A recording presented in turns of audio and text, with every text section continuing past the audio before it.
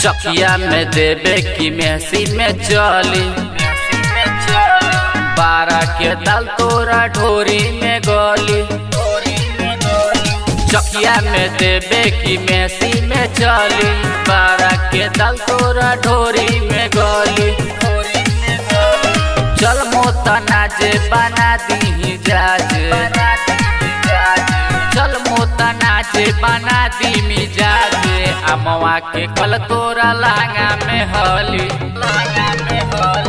चकिया में देबू की मेहसी में चली, तजपुर के कल तोरा लहंगा में हली। चकिया में देबू की मेहसी में चली, तजपुर के कल तोरा लहंगा में हली। अमवा कटहा बटे बढ़िया, चल खैरावा दी नमरिया, तजपुर के कल तोरा लहंगा में हली। अमवा कटहा बटे बढ़िया, चल खैरावा दी नमरिया। सिमरा चकनगरी उठा दी घंघरी, चिंतानपुर के लइका ई बाजा में धली। चकिया में देवे की मेहसी में चली,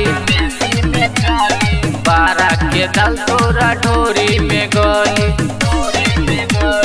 चकिया में देवे की मेहसी में चली, 12 के दाल तोरा ढोरी में गली।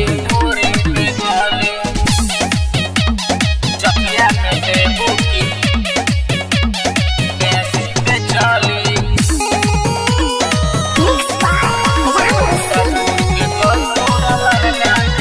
बरहरवा मधुबन आज न छोरी, भेला पकड़ी देखेला ढोरी।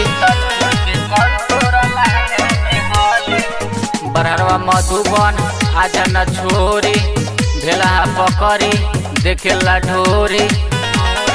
और न आशिक याद मंजर, रोहित विवेक संग जवानी तोहर खिली।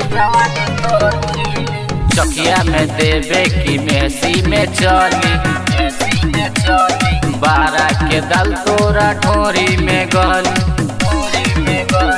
चकिया में देवे की मेहसी में चली, 12 के दाल तोरा ढोरी में गली। मां मनोकामना रिकॉर्डिंग स्टूडियो, बकरी बाजार, चकिया। Mobile number 8825156667।